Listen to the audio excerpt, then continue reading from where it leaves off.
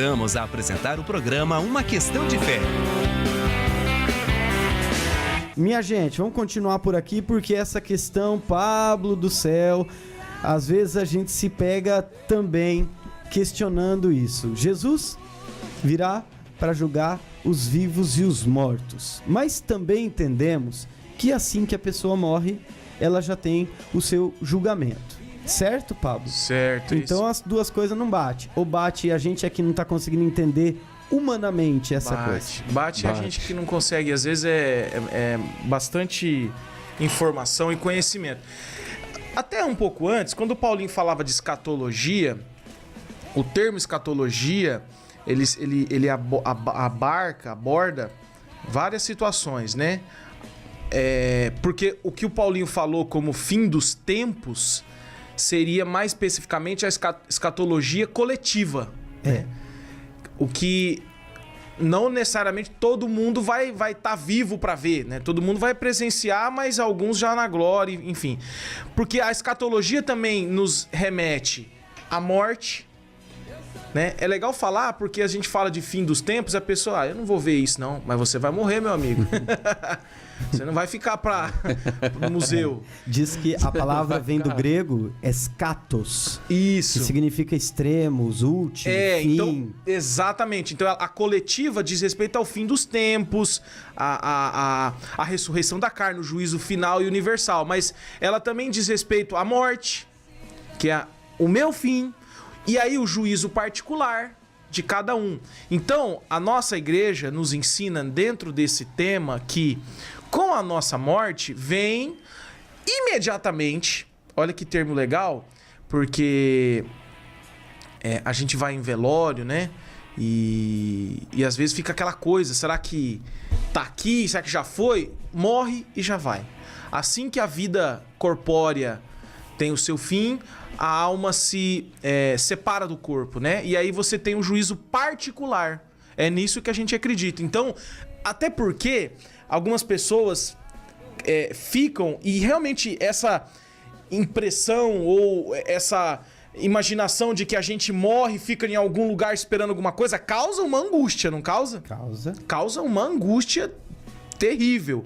Então, isso não existe, né? A nossa igreja ensina que após a morte, imediatamente após a morte, ocorre o juízo particular, certo, né? Diante de Deus, diante do Cristo, como a gente falava há pouco. Nós não vamos entrar nas questões de purgatório e tudo mais, tá, Pablo? Tem uma explicação legal aqui que fala... mas aí, Pablo, ainda falta essa... explicação, né? Exatamente, essa explicação. Se quando a gente morre nós temos então esse julgamento, por que o CREI está dizendo que ele virá para julgar vivos e mortos? Algumas religiões que a gente conhece, nada contra, gente, pelo amor de Deus, cada um, né, acredita, e nós respeitamos também outras doutrinas e tudo mais. Nós estamos falando da nossa aqui, né? Os vivos e os mortos, o católico, mas você não diz que você já vai passar pelo julgamento? Vai ser julgado? Então vai ter morto, que morto que vai ser julgado? Que morto que ele vai julgar? Eu vou falar, vocês vão falar, mas eu vou comentei com vocês. Sim. Depois marca lá no Face o Anderson Cia, porque um dia ele me perguntou e na hora eu consegui falar alguma coisa pra ele, mas hoje eu tenho um pouco mais, a gente tem, né, depois a gente vê e tal, algumas informações a mais. A primeira, pro Anderson Cia, que lembro que ele falou, e pra todo mundo, que eu também fiquei um pouco assim na hora, e a gente precisa quebrar um paradigma difícil de ser quebrado. Humano. A gente tá muito atrelado a ele, que é a questão do tempo. Sim. É muito difícil. Inclusive, algumas pessoas não acreditam em Deus porque não conseguem quebrar esses paradigmas, né? É preciso sair... De que a realidade divina, a realidade da fé, ela é atemporal. Ela é temporal, ela é pra esse tempo, mas ela também é atemporal. O que você tá falando, Pablo? Tá falando difícil só pra se alugar? Não. É o seguinte, pra Deus não tem tempo. Exatamente. Pra Deus, mil dias, 1000 anos é como um dia, né? Aquela passagem da Bíblia. Sabe que isso responde demais pra mim. Responde demais, porque não existe essa limitação do tempo, né? Então, a pessoa morreu hoje, ontem, você falava, né, Fer, que Jesus na cruz disse pro bom ladrão que foi crucificado junto com ele, ainda hoje estará comigo no paraíso. Porque senão a gente fica pensando na espera, como se uma pessoa ficar sentada no banco lá olhando o relógio e falar, já morri, faz o quê? 10 anos, tô aqui esperando. O hoje é muito forte, né? O hoje é o agora. Então essa palavra do Cristo confirma essa interpretação da igreja. Morreu, julgamento. Né? Morreu, você vai estar diante de Deus. Então isso explica isso. E o hoje também, ao mesmo tempo, deixa aquela... Né? Mas como assim? Por quê? Porque para Deus não tem tempo. Nós passamos do Cronos pro Kairos, né? Pro Kairos, Mas, Paulo, então... Essa é a primeira premissa, né? A primeira regra, a gente precisa quebrar... É difícil, mas é preciso. É muito difícil. Não tem esse tempo, né? Essa coisa... Essa limitação do tempo. Mas tem uma outra explicação que é interessante, é o seguinte. A expressão, eu tô lendo aqui de um site que eu encontrei na internet, a expressão vivos e mortos, presente no credo, não afirma, por isso que a gente tem que estudar, não afirma que alguns estarão vivos e outros mortos no momento do julgamento final. Ela é uma expressão hebraica, própria do hebraico, para dizer e significar um julgamento universal. Entendeu? Então, assim, não exclui aquela questão do tempo, que é válida e é a primeira premissa. Mas a gente precisa entender as coisas, né? É uma expressão hebraica que simboliza e significa um julgamento universal. É para toda criatura. Toda criatura, aquelas que existiram, que não existem. Entendeu? É para tudo. E remete ao fim dos tempos. Então, não é nesse... Nem tudo aquilo que está escrito você tem que entender. O próprio Cristo disse muita coisa que foi sendo compreendida muito, muito depois. Então, não é necessariamente... quer dizer que alguns estarão vivos e outros mortos. Não. É uma expressão forte para explicar um julgamento universal. Eu acho que isso aí tira qualquer dúvida, né? E assim, e também abre a nossa cabeça, o nosso entendimento para aprofundar, gente. É claro que isso é muito... Isso que nós estamos falando aqui, apesar do Pablo ter sido perfeito, mas é muito superficial ainda. Né? Você dizia... É um bate-papo, né? A gente tá batendo... A proposta do programa é um bate-papo informal, mas é aquela coisa para deixar o gosto de ir atrás, de conhecer as coisas da igreja. Como o Pablo mesmo disse ali, o padre Paulo Ricardo tem cursos de vários cursos de horas, né? Tem cursos de anos sobre isso, falando de um desses temas. Então, assim, nós estamos tentando sintetizar em minutos. Em minutos, o que é difícil. Coisa que passou anos e anos estudando sobre isso, né? É difícil, não é? É muito... Então, às vezes, até desculpa, a gente fala alguma coisa assim, meio por cima e acaba sendo fora de um contexto, mas assim, isso serve para inspirar vocês a buscarem também. E às vezes falta um complemento, alguma coisa, por conta dos assuntos que nós temos que tratar, né? Nós podemos tratar isso também à parte, ao longo da semana na nossa página, ela serve para isso também, né? O que nós queremos com o programa Uma Questão de Fé é despertar exatamente o interesse pelo conhecimento. Como você disse, como é importante estudar e entender o que quer dizer vivos e mortos naquele momento ali do Sabe por quê, gente? Eu não sei se eu já falei isso aqui, mas foi tão bom, foi tão libertador pra mim, a verdade vos libertará. E a sensação de liberdade, ela não é só física, ela é da alma também, espiritual. Quando eu entendi, sabe quando eu entendi aquela parte que a batalha espiritual, o que é esse termo batalha espiritual? A primeira impressão que eu tinha de batalha espiritual era, né, espíritos combatendo e você rezando e aquela coisa. Mas lendo um pouco sobre teologia angélica, que eu gosto muito, a gente já até fez um programa sobre isso aqui. Anjos, sim. E lendo um pouco sobre isso, e aí aquela explicação sobre aquela batalha dos anjos e tal... E quando eu entendi que aquela batalha, a batalha espiritual, não é uma batalha de pensamento, de conhecimento, de ideias. Que São Miguel Arcanjo não foi lá e não deu uma espadada. Claro que a gente vê ele, a imagem dele é com uma espada, um escudo, né? Porque essa é a imagem de um guerreiro, né? E ele teve numa guerra e combateu, mas não foi nisso.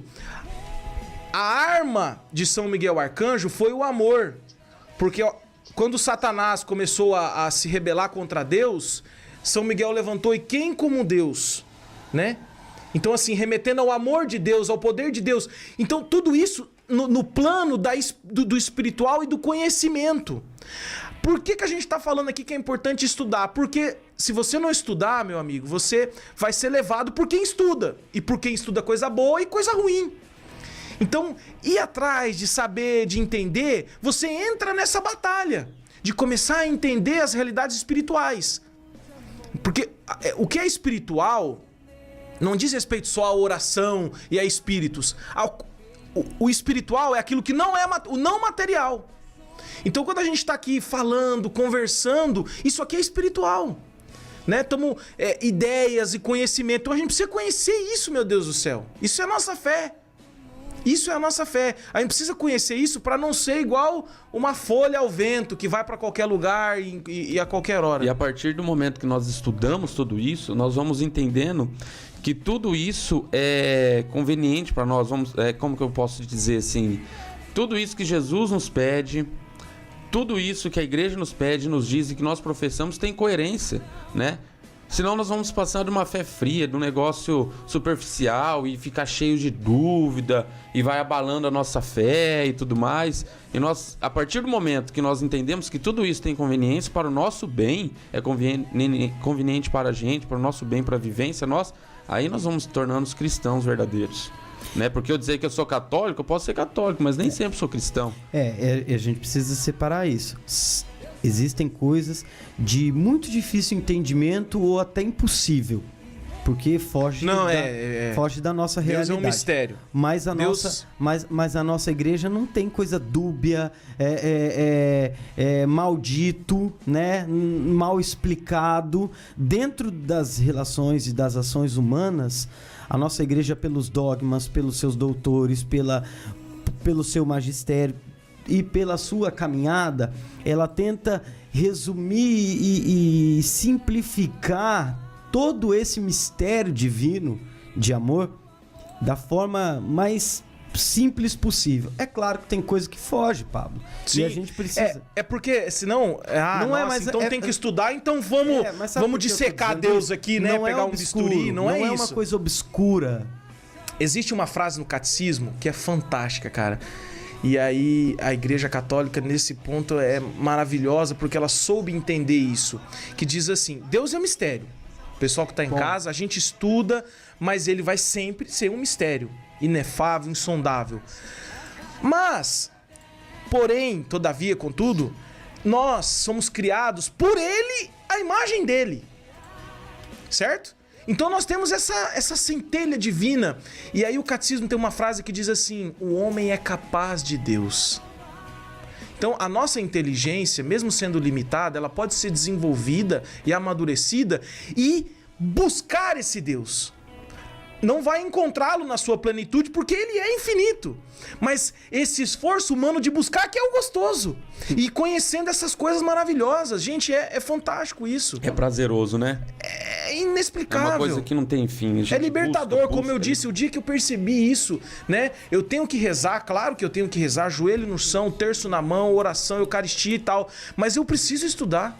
Eu preciso estudar para não cair numa mentira, por exemplo, que a gente já falou aqui também, ideologia de gênero, e outras coisas que o mundo vai pregando, hedonismo, né, confundindo prazer cultura de morte, confundindo prazer com felicidade, misturando tudo, e entenderam? E aí a gente se sente verdadeiramente livre, né? Verdadeiramente livre, amado porque o amor de Deus nos cura.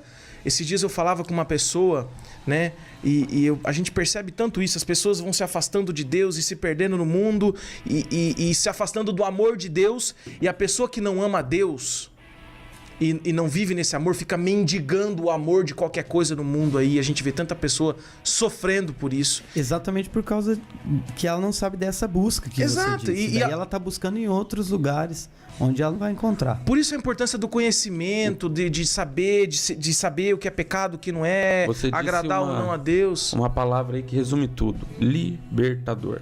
É libertador. Cara. Conhecereis a verdade vos libertará. É libertador estudar, conhecer, se aprofundar e buscar meios corretos para isso, né? Não é só ler a Bíblia ali, buscar entender. Nós temos 2 questões ainda para tratar. Nós temos quase o CRE inteiro para tratar, né?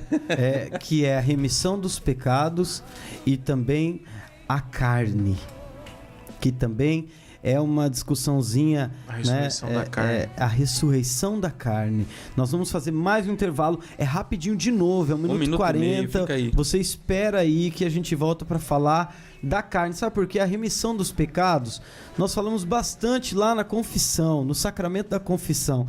Então, assim, eu queria pedir licença para vocês que estão nos assistindo e também aqui os nossos amigos de bancada. Não é pular, mas para a gente enfatizar na volta do intervalo a carne, a ressurreição da carne, a remissão dos pecados. Nós falamos muito lá no programa do sacramento da confissão, tá? Então você pode entrar lá e acompanhar. Nós podemos depois fazer um programa novamente sobre isso, a remissão dos pecados. Mas na volta nós vamos falar sobre a ressurreição da carne. Rapidinho, a gente já volta. Estamos apresentando Uma Questão de Fé.